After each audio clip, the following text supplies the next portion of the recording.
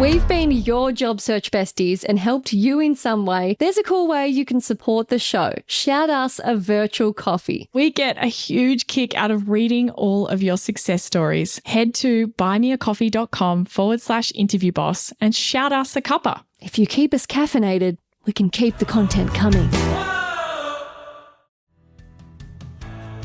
Do they look happy? Do they look miserable? Like, what are the vibes? Are they dead inside? Do they have no light in their eyes anymore? Hey everyone, and welcome back to Interview Boss. My name is Emma. I'm a radio journalist who's teamed up with my sister to give you advice, inspiration and support when you're looking for a new job. Sarah is a HR and recruitment professional, and together we're excited to give you all the tips, tricks and behind the scenes knowledge to help you in your career. Hey Em, and welcome back everyone. I am really excited for this part of the podcast. Emma gave me a little heads up that it's a really, really good one and I haven't read it, so it's a surprise. It's a shoot your shot shout out. We are shouting out you guys, our incredible listeners. I know so many of you listening have made a little promise in your head that when you get a great result or you have an update to share us, that you're going to be one of these people as well. And I just love that. So maybe this will be you one day soon. This week we're shouting out Milah, who bought 3 coffees. Yes, such a beautiful name. I'm absolutely obsessed. Milah said, "Dear Emma and Sarah, I don't know how to fully thank you. First, thank you for highlighting real people and their stories. It's helped me to feel like I'm not alone in the job process. Second, thank you for sharing your adorable Aussie accent, hilarious jokes and amazing wisdom. Thank you for thinking we're hilarious.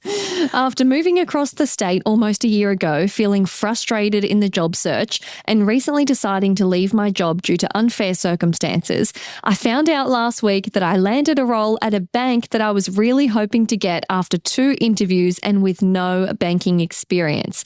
It has amazing pay and benefits, and I'm truly just so grateful. I don't think it's a coincidence that the timing of landing this job paralleled discovering your podcast. Thank you for helping me feel like I have something of value to offer employers and find my footing in showcasing that during interviews. I truly think we'd be great friends in real life. I love your content. I also have a sister in real life and love that you gals get to do this together. A couple of questions. Do you guys love Bluey as much as we do in the States? Also, is this allowing you to buy a real coffee? If so, from a fellow coffee lover, what's your go-to drink order? Thanks again, Milah from Michigan, USA."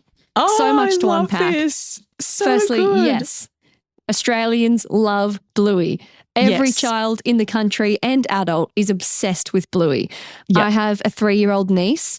Bluey is constantly on repeat. It was Bluey Lounge. Like, Bluey is on everything. And what about Hammer Barn as well? So Bunnings in Australia is what Hammer Barn is based off, that's in the show. And then you can actually go to Bunnings and get Hammer Barn products. So I have a little tote bag that's green. It's got the Hammer Barn logo on it, which is so fun. And then it's been kind of funny now being in Canada. I'm in Calgary and the Calgary Stampede is about to happen. Yahoo. I think you meant to say Yahoo instead of Yeehaw. I don't know. I'm learning. Oh, okay. Apparently it's a Canadian thing. I don't know. Again, like I said, I'm learning. But there's like a Bluey meet and greet on the Kids' Day. And I was like, oh my God, Bluey, all the way from Australia. Bluey and Peppa Pig. Like, those are the two kind of... Also, Bluey World opened up in Brisbane, one of our major cities, which is like the cartoon set, like, in real life. So everyone is going on family holidays to Queensland to take their kids to Bluey World. They're just losing their minds. It's like Vegas for kids. And we're so proud because we don't have many television shows, let alone that make it global. Yeah, and that's right. It's great. It's low stimulation. It's got wholesome stories and learnings in there. And the kids really do sound like that. I've seen TikToks being like, do Australian kids actually say like, we're going to the airport? And it's like, yeah, that's what kids sound like in Australia. They do. And then like, for some reason, I even just hear recordings of just you and I, as kids. And for some reason, I feel like kids sound more Aussie than they do. than yeah, you do when you get older. Bogans. I don't know why that is. Maybe that's just because we grew up in the country and then you develop a bit of a city accent or something. But yeah, we love Bluey. And it also feels like a little bit of payback for all of the time that we spent as kids watching American stuff. Now American kids are watching Australian stuff and they're calling it the rubbish bin or whatever. That has been one of those things here in North America that I find hard, by the way. Rubbish, trash. You can always spot an iPad kid in Australia because they're watching so much American TV that they say things like, I can't do it. And it's like, we say can't do it. And they're like, it's like concerning because you're like, oh God, get off the iPad. Or they call it candy. Yes, there's so many things. So now we're like, you know what? Yes, global audience, have some Aussie culture. Also, feel free to ask us questions in these messages. I love this so much.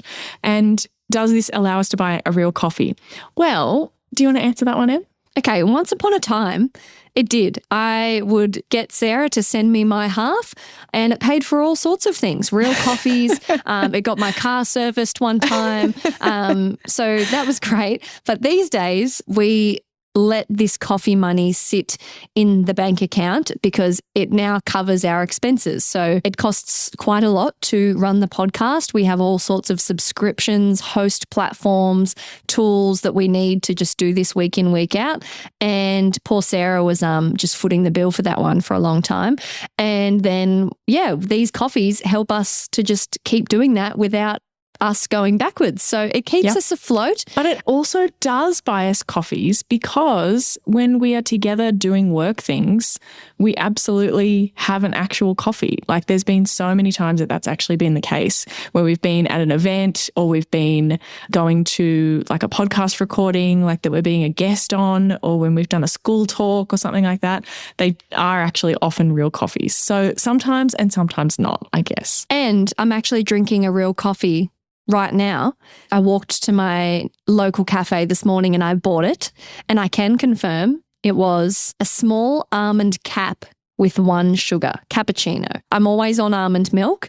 I float around though, latte, cappuccino, I don't mind. And I've only recently started putting the sugar in. I like it without sugar. I love it without sugar. But sometimes I just think, why not? Put a little sugar in there. My coffee order is one word, latte.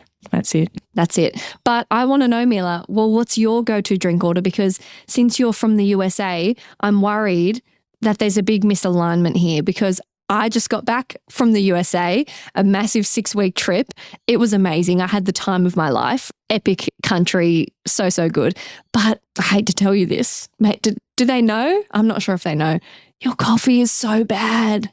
Yeah. It's so bad. Yeah. I'm so sorry. We to the point when we went to our first diner, me and my partner Joel sat down and we got our phone out and filmed reacting to the American drip coffee that they pour. And then there was these little creamer things and it was like half and half. What is creamer? I don't know. Understand. Where's the milk? One of them was like a hazelnut, non-dairy. It was just wild. Anyway, I poured all the stuff in. I was like, oh, it's like making potions. I was like, I have no idea what any of this is. And it was drinkable, but it was very similar to our instant coffee in Australia, which is just like granules in a jar that you put with hot water. And it's very strong, bitter. That's what all the old people are drinking. Dirty dishwater kind of. Yeah, kind of. Sorry. But I know that America also does do in inverted commas, real coffee, like barista beans. Of course, that exists too. But it's just not quite the same. And then even at the really nice places that do barista coffee, because I've done that before. I've sat down at a breakfast place and been like, oh, I'll have a latte. And they go, oh, we only just do coffee or no coffee kind of thing. And I'm like, oh, shit, yeah, I forgot that that's not a thing everywhere. But even at the places that do really great barista coffee, it's good. It's like an average cafe in Australia though, or even a lower level, shopping mall cafe in Australia. That's the equivalent. So yeah, if you come to Australia, you have to try our coffee. You have to. But also, we don't have all the cool stuff that you have. When you guys are ordering triple pump foam, caramel, what is all of that? We don't have that. It's more like milkshakes. I've had so many of these now because I just saw it advertised, and I'm not a Starbucks girl, but I kind of just think of it as it's not coffee. It's just a whole different category. It's of just like fun drinks. And I saw it advertised an iced cherry chai for spring and summer. And I was like, that sounds like me. I love a chai, love anything cherry flavored. And it looked sweet and it had these little pink flakes on top. Oh my goodness. I get it. Was it good? I get it. It was so good. I get one every time I go to the airport. Fun fact too, Sarah and I grew up in the cherry capital of Australia. Our country town was known for its cherries. Our pop had a cherry orchard. So we are cherry girlies. Anyway, I hope that answered all your questions. And please tell us back what your coffee is. I'd love to know if it's the triple pump, cold foam, shaken, not stirred, clap 3 times, sidestep, the chalk in the sky. With a side of caramel cold foam. Or maybe in Michigan, they do great lattes and cappuccinos and she knows exactly what we're talking about. But thank you so much for writing in and I'm so glad we helped you enjoy your new bank job. You deserve this big win. Yes, congratulations. If you need results like Milah and you need a little bit more support than what she did, check out Interview Academy. You can go step by step. It'll guide you through how to come up with your best bits, all these activities and ways to go about them, step by step by step, how to practice, how to check your answers are working well and take them to the next level. It's everything. Check it out. Or if you need one-on-one support because you've got the basics under wraps, you can do an interview coaching session with me. I meet with people all around the world. interviewboss.com.au/coaching to find out all about what might be right for you. As always, if you liked one of our tips or topics and you want to request an episode specifically on your industry or conundrum, kindly follow us on Instagram, slide into our DMs, and we could dedicate a whole episode to you. But this week, we're talking job search green flags. I was like, surely we've done this episode, but we really haven't because we did the red flags. And then I think we've done like how you know when your interview's going well and like things to look for in the job ad, but not just like green flags in general for a company or a team or an employer that maybe it might be a good thing about working there.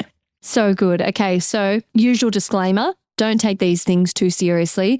If everything is pointing to it seems great, it's a great fit, and then you hear something on this list that they've done and go, oh, well, I've got to resign. I've got to revoke my offer. Life isn't black and white. You need to take into account the overall picture. No one individual thing is enough to make its own decision. But these might get you thinking in a positive light. If you weren't sure, but then you think, wait, this company's doing a lot of these, then you might feel more confident in accepting the job. Totally. And we'll unpack them a little bit because we're not going to keep them as black and white as what you might see elsewhere. Now, let's kick it off. First of all, they're upfront about why you might not like it there. I love this one. This is one of my favorites. I really, really, really like to see this in a company that I am considering working, whether it's in the ad or in the conversation that you have. They have an understanding of if you are like this, you may not like it here because this is all the good and the bad of what this company and what this team is kind of like. I think that's really, really good. It shows me that they know what they're like to begin with and that they also realize that they're not for everyone because no company is like the perfect company to work for every single person. And I feel like I don't see this very often, but it's a game changer because for the company as well, you're weeding out people that aren't aligned. If that person can go, oh, I hate really bureaucratic environments where you need to get 900 approvals. That's not for me. It's great for everyone. Or someone that's like, hey, we're really structured. Like you might not like it here. Or someone's like, oh, we're really unstructured. You might not like it here. Cool. Like love that. You know who you are and you know who you're going to fit. So they also write a really good job ad. This is something you're passionate about, Sarah. It is. And that might be kind of particular to me, but I love a well-written job ad. I think this can work the other way, as we've kind of talked about, is that sometimes the flashiest ads are just covering up not that great of a place to work. But I appreciate a well-written job ad. Our superstar jack jumpers will hit the ground running and they'll firecrackers out there.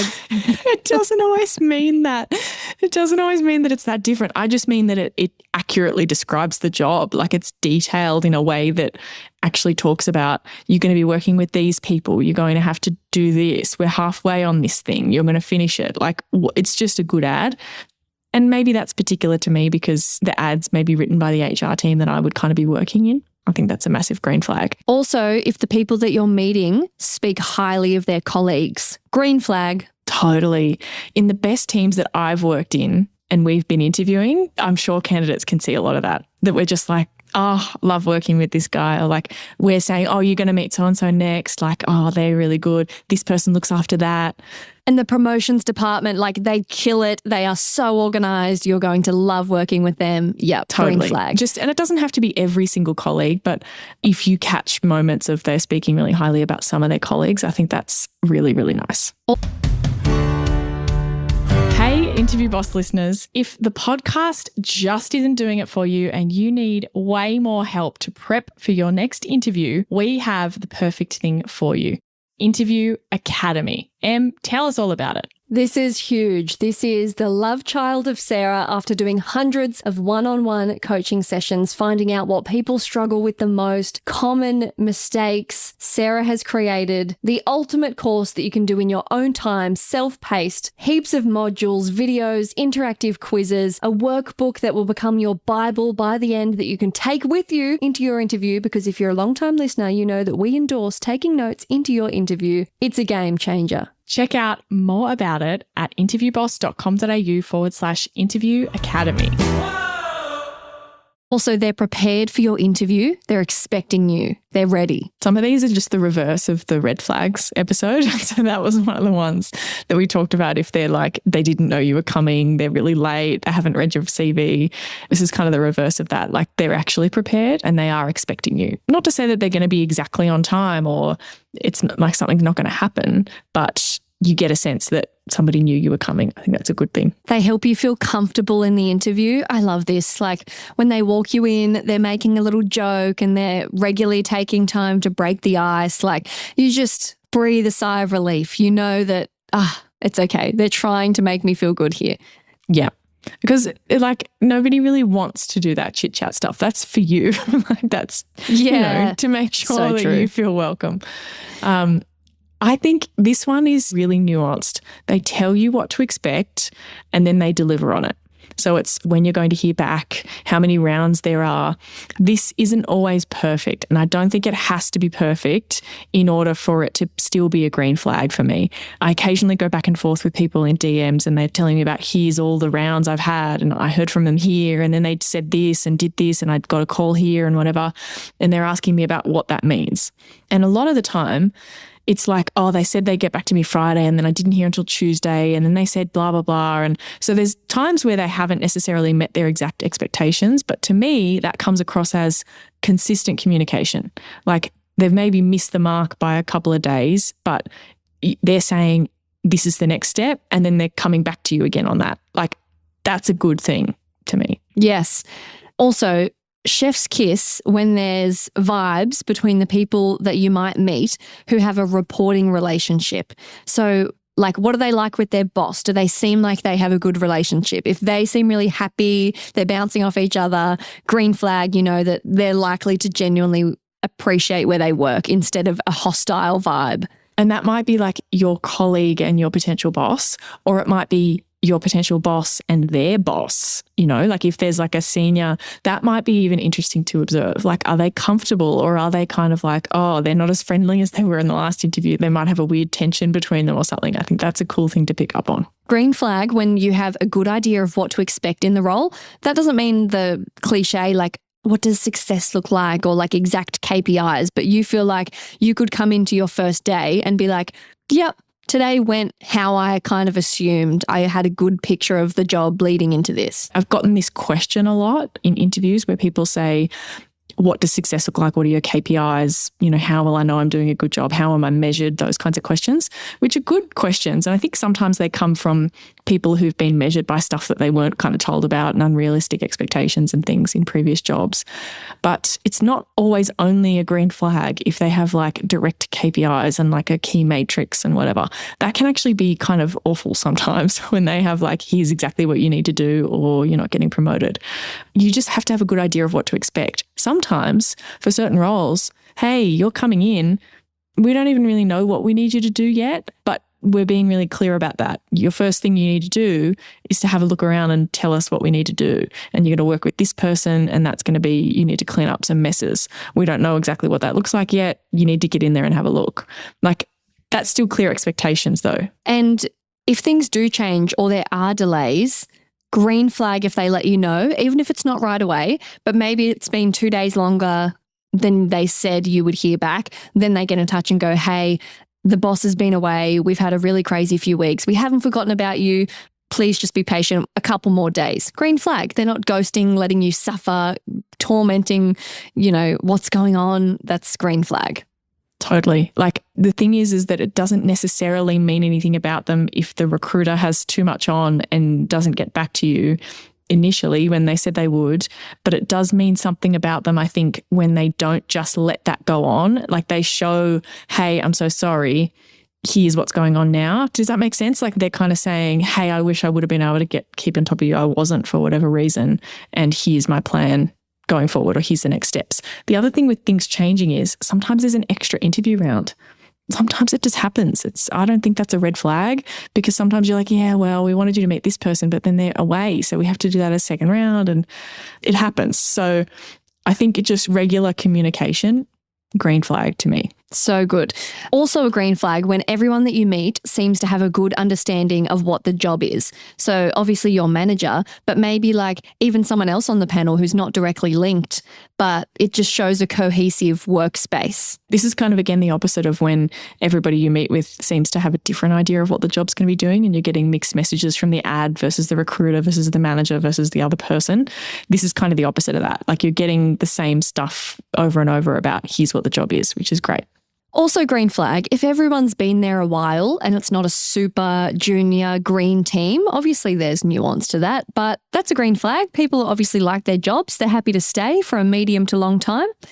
And on that note too, if people are also progressing their career while there, I love when they're like, yeah, I actually started out here, then I bounced around and so did Sally. She was, it shows a good culture of progressing, opportunities. I mean, that can be a red flag too sometimes when people have moved around so much internally, because it can kind of mean like this place is chaotic. When we have a vacancy, we just throw someone in it, and like it's a red flag but can be a good thing for the right person. We need to do an episode on like hot mess companies and sometimes why that can be really great. I've worked for some like hot mess companies and greatest experiences ever, honestly, for my career. Like would not change that for the world. But yeah, that can be a bad thing too. All these things, there's nuance, right? Like we're just looking for indicators. Yes. When they want you to get to know who you'll be working with and vice versa. So they maybe facilitate setting up a meeting with the team or getting to come in. Green flag. They don't want to just shove you in there. They want to nurture a relationship. They care about their team and what they think about it. And they also trying to get to know you as well. I think some people are confused about like, well, why are they asking me about my hobbies and stuff? And I get how that feels really strange. Like, isn't this about me doing the job? I think in most cases where I've been asked those kinds of things or where I've asked them myself, it's because I'm like, hey, this might be my colleague. Like I want to know them a little bit. Like this is a human in front of me.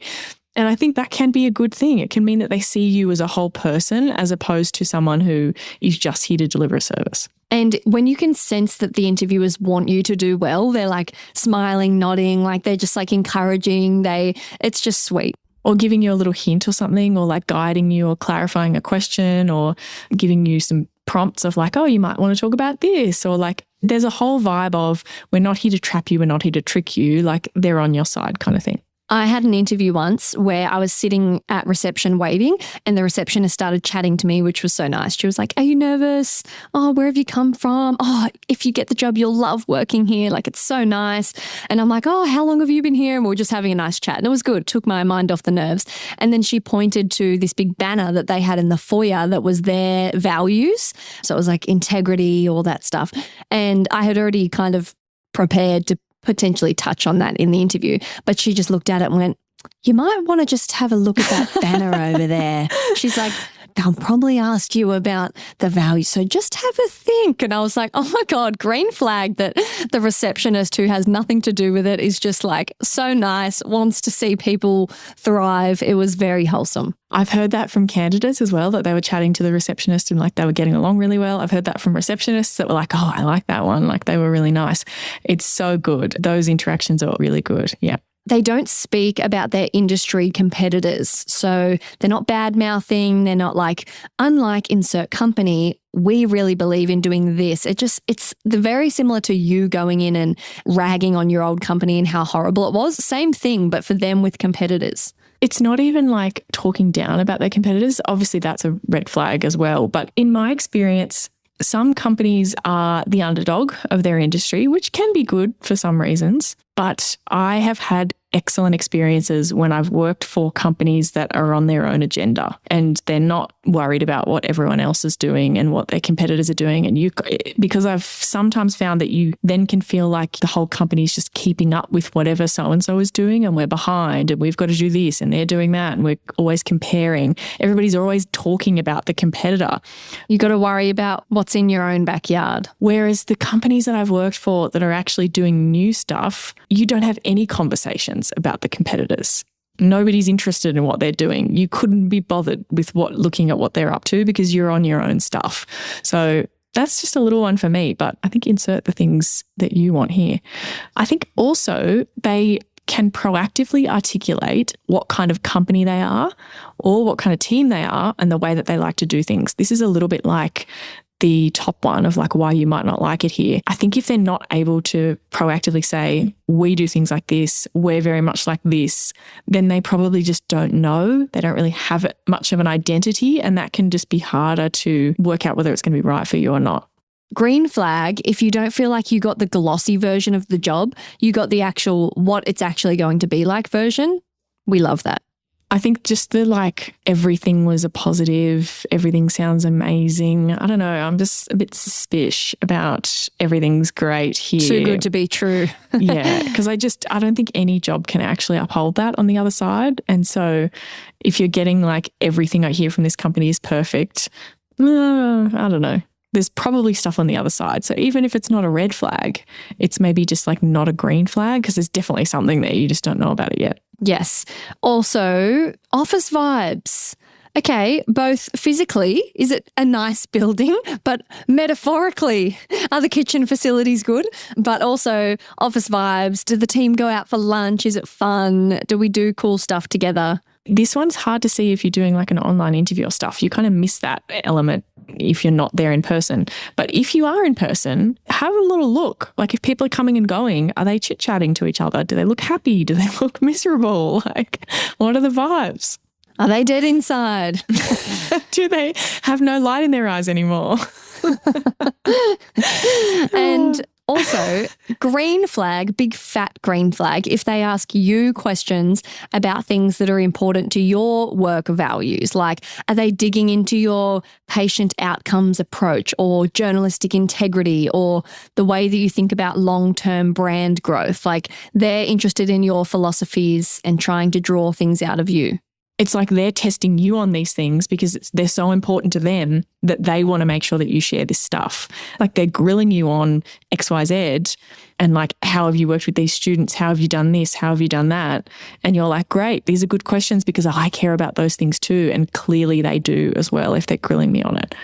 I think that's a really, really actual meaty green flag, not just something, cheesy. Do you have any others? What haven't we mentioned? I mean, good benefits. Good pay. That doesn't mean anything about the company though. Sometimes that can just mean that like they had to have good benefits because there's no other reason that you'd want to work here. Like that's true. I think banter with your potential new boss, like that's the greenest flag to me. I'm like, oh yeah, I'm going to get along here. Yeah. If there's a bit of a laugh or a bit of a connection kind of moment, I'm like, okay, yeah, I can actually sit next to this person for 40 hours a week or however long. So true. We do spend a lot of time at work. But yeah, comment below. Tell us if you're on Spotify. What are your green flags? What do you love? And yeah, hopefully this has inspired you to put a new lens on the jobs that you're applying for. See if any of these green flags have popped up. And we'll link our red flags episode below if you need the other kind of advice to look out for. Now, disclaimer again, do not be alarmed. If you are the kind of person who's going to overthink about these things, don't go and listen to the red flags episode. Yeah, don't. And don't do it. Every company that everyone's in right now, is full of red flags. Like, Yeah, that's the way it totally. is. You're never going Totally. to have a company that doesn't have any. It's just if they are like overwhelmingly red flag. One of our green flags was basically that they tell you about their red flags. Yes, exactly. That's a green flag. It was a red flag, but now you've told me about it, and so that's a green flag. Maybe our next episode will be like amber flags, yellow, like in the middle. It's like, oh, this is neutral, but it could go either way. Yeah. Send us your ideas for what are the things in hindsight that you have decided should have been a red flag or were actually a green flag. I think that's the best way to look at them in hindsight is like, actually, XYZ was true, and I did see a moment in the interview where I maybe could have picked that up. Thanks so much for listening to Interview Boss. If you like hearing the sound of our voices, our Aussie accents, just like Bluey, follow us on Apple or Spotify, or better yet, tell someone else about the show. That's how we can hit the charts and help even more people all around the world. For more advice, inspiration, and savable content, check us out on Instagram @InterviewBoss and chuck us a follow.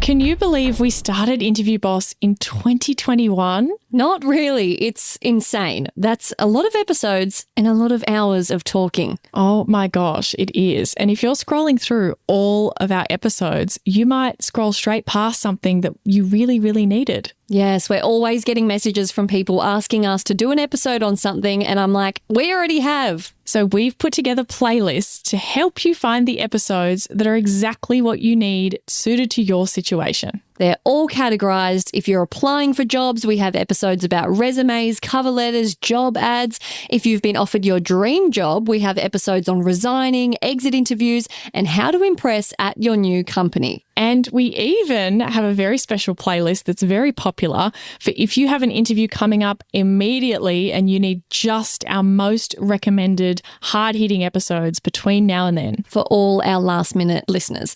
It's all there for you. You can browse by category and check out all the playlists at interviewboss.com.au/podcast.